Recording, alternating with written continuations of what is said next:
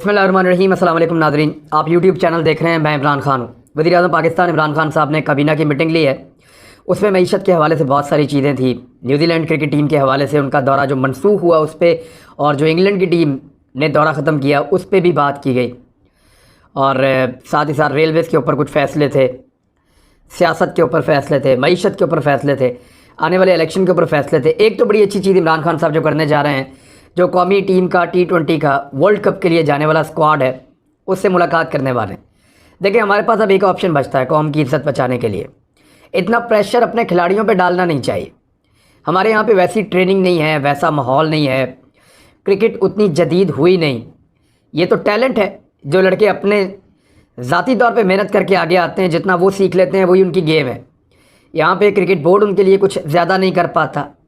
यहाँ पे टेक्निकली उनको ऐसी सपोर्ट नहीं मिलती कि वो बैनुल अक़वामी लेवल के बहुत बड़े बड़े प्लेयर्स के मुताबिक अपने आप को ढाल सकें। इसके बावजूद पाकिस्तान ने बहुत बुरे हालात में दुनिया के बेहतरीन प्लेयर्स पैदा किए हैं। यहाँ पे बॉलिंग में पाकिस्तान ने झंडे गाड़े हैं, स्पिन बॉलिंग में पाकिस्तान ने झंडे गाड़े हैं, चाहे लेग स्पिन हो चाहे ऑफ ब्रेक हो। उसके साथ पाकिस्तान ने फास्ट बॉलिंग में तो आपको पता है कि हर दौर में पाकिस्तान के पास कुछ ना कुछ मौजूद रहा। शाहीन शाह अफरीदी से सारी उम्मीदें वाबस्ता हैं। पहले आमिर हुआ करते थे, मोहम्मद आसिफ अनफॉर्चुनेटली वो गोरों की सियासत का शिकार हुए, लेकिन उस जैसा बॉलर ना कभी देखा है तो ना सुना है कभी। वसीम अकरम, वकार यूनुस, वो बड़े शानदार बॉलर थे। इमरान खान साहब खुद एक अच्छे कैप्टन थे, बॉलर थे, ऑलराउंडर थे। बैटिंग में भी हमारे लोगों ने बड़ा नाम कमाया। बाबर आजम जो रिकॉर्ड लगा रहे हैं वो किसी और के बस की बात नहीं है। हमारे पास पोटेंशियल है, टैलेंट है, लेकिन बहुत सारी चीज़ों का फुकदान है। इसके बावजूद इस टीम के ऊपर ये प्रेशर ज़्यादा हमें नहीं बढ़ाना चाहिए कि हर हाल में इनको वर्ल्ड कप जीत कर आना है, लेकिन जिद्दारी के साथ खेलें, डट कर खेलें और दुश्मन को बताएं कि हम भी एक टीम है।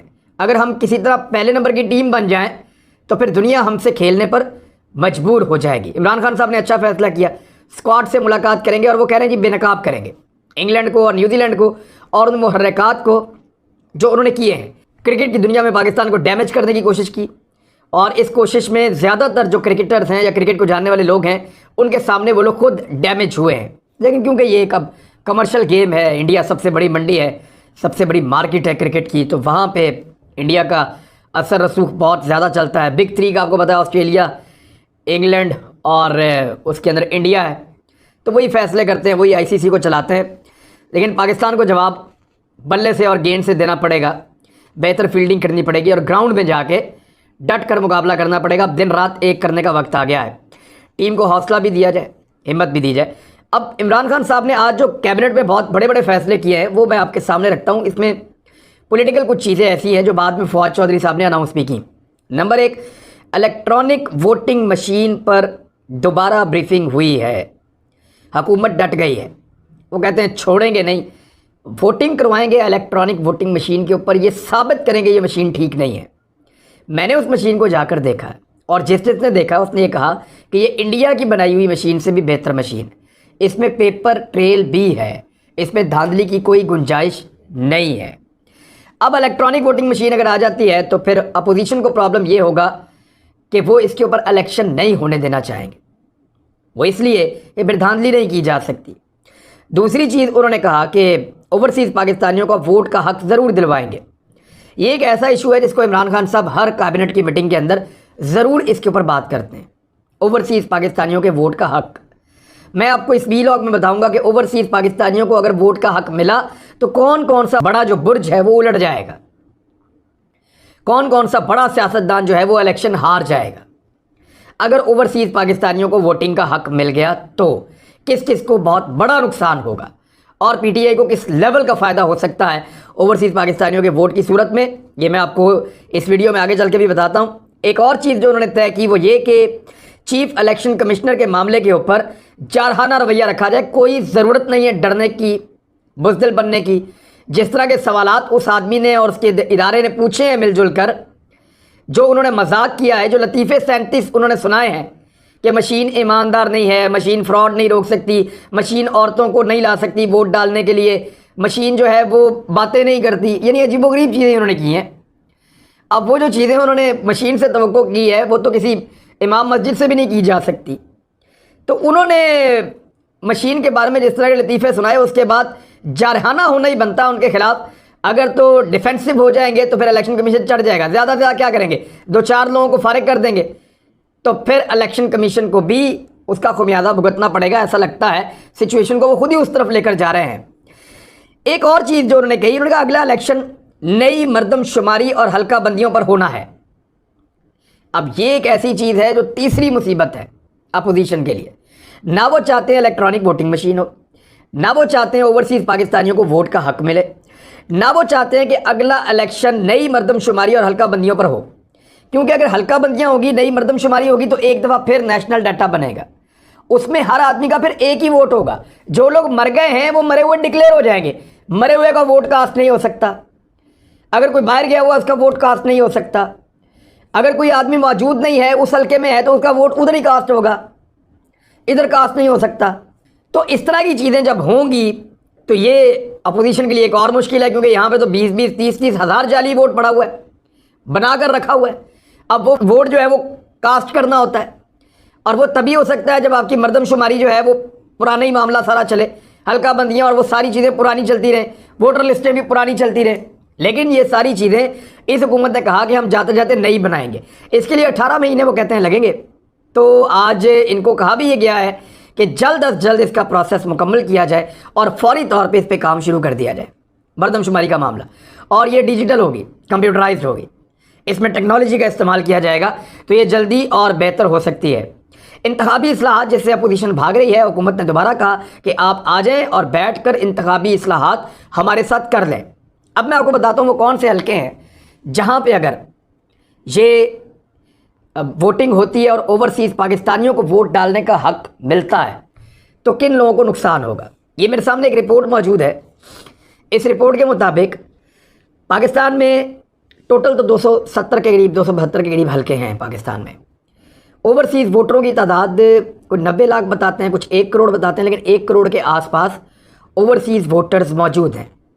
अगर आप इसको डिवाइड भी कर लें हर हल्के के ऊपर तो कुछ 30 से 35 हज़ार या इससे ज़्यादा ओवरसीज़ पाकिस्तानियों के वोट बनते हैं।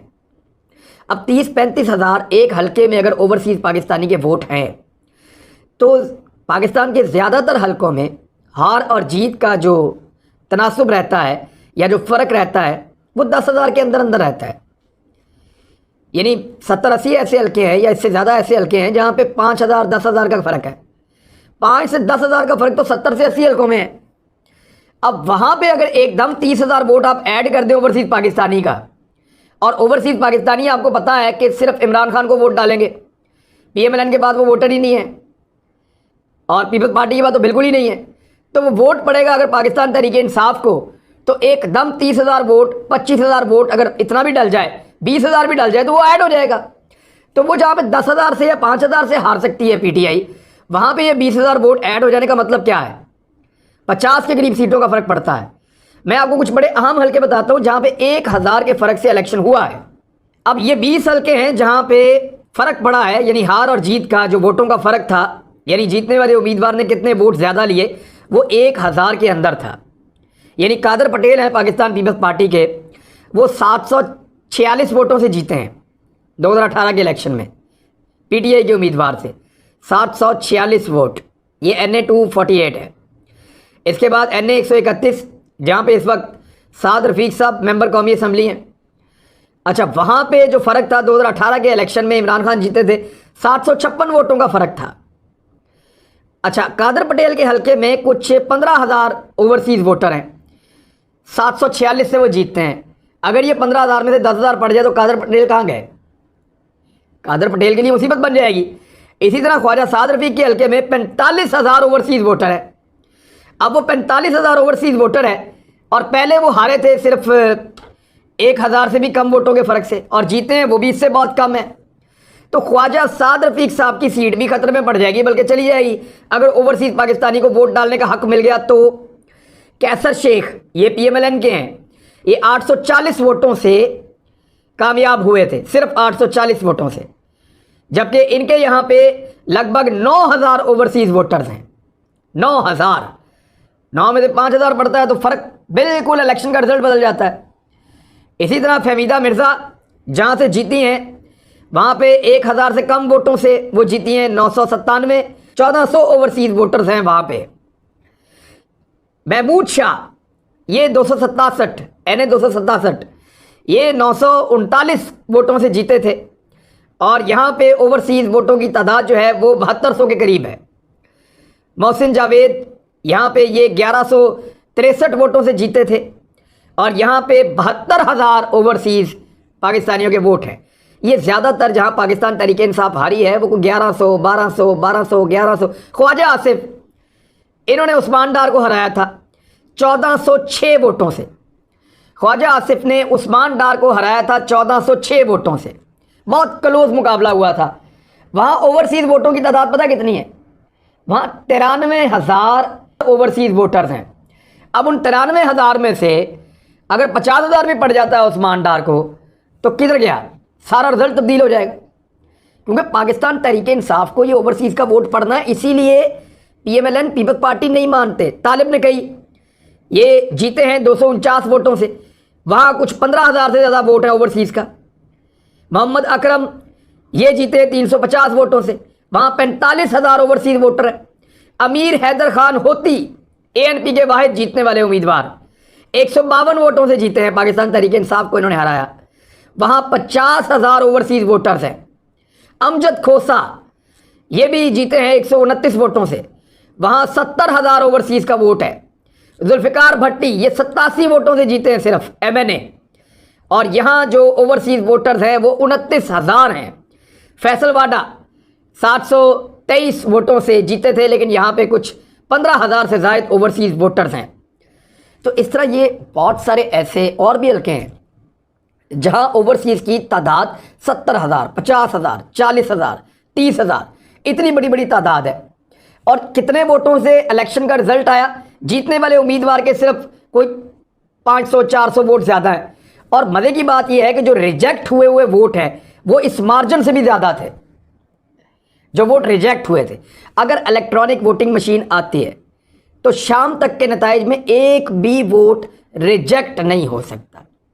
वोट रिजेक्शन का तो बिल्कुल कॉन्सेप्ट ही नहीं है उसके अंदर, ख़त्म। 0 वोट रिजेक्शन होगी।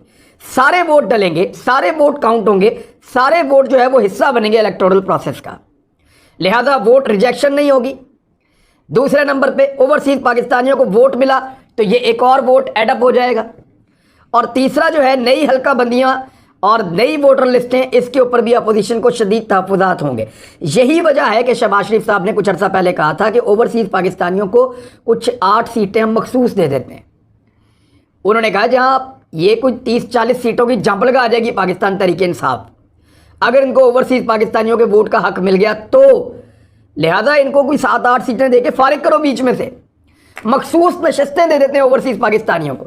मैंने उस वक्त भी कहा था कि वो ओवरसीज़ पाकिस्तानी है, वो कोई मखसूस नशस्तों में कोई अकलियत तो नहीं है, कोई गैर मुस्लिमों की सीटें तो आप उनको नहीं दे रहे, या वो कोई मखसूस लोग तो नहीं हैं, वो तो नॉर्मल पाकिस्तानी है, पाकिस्तान की खिदमत कर रहे हैं, बाहर से पैसा भेज रहे हैं। लिहाजा किसी भी सूरत में उनको वोट के हक से महरूम नहीं किया जा सकता। इसके ऊपर सुप्रीम कोर्ट का फैसला भी है और पहले एक दफ़ा ये वोटिंग करवाई भी जा चुकी है। इसका तरीका वजह होना बाकी है। अपोजिशन सिर्फ टाइम गेन कर रही है कि जितना डिले कर देंगे इस सारे मामले को, कल को हम कह सकेंगे जी अब तो थोड़े दिन रह गए मशीनें नहीं बन सकती, कल को हम कह देंगे थोड़े दिन रह गए हल्का बंदियाँ नहीं हो सकती, कल को हम कह देंगे जी थोड़े दिन रह गए अब तो ओवरसीज़ का तरीकाकार नहीं बन सकता। तो मेरे ख्याल में this is the right time. यही 2 महीने हैं, इनके अंदर हुकूमत को कोई डिसीजन लेना है या कोई कंसेंसस पैदा करना है तो उसको करे। और इमरान खान साहब ने इस काम के लिए डंडा पकड़ लिया है और उन्होंने आज वार्निंग दी है अपने लोगों को भी कि जल्द अज जल्द इसको करो, क्योंकि ये डू एंड डाई वाला मामला है।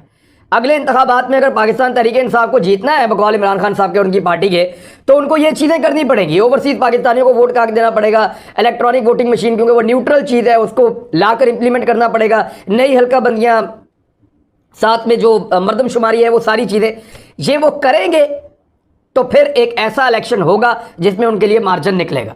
वरना इस इलेक्शन में अपोजिशन उनकी दुर्गत बना के रख देगी। ये आइडिया उनको हो गया है और पिछले इंतखाबात में भी हो गया था, क्योंकि बहुत सारी ऐसी जगह थी जहाँ से वो जीतते जीतते हार गए थे और बहुत थोड़े मार्जिन से।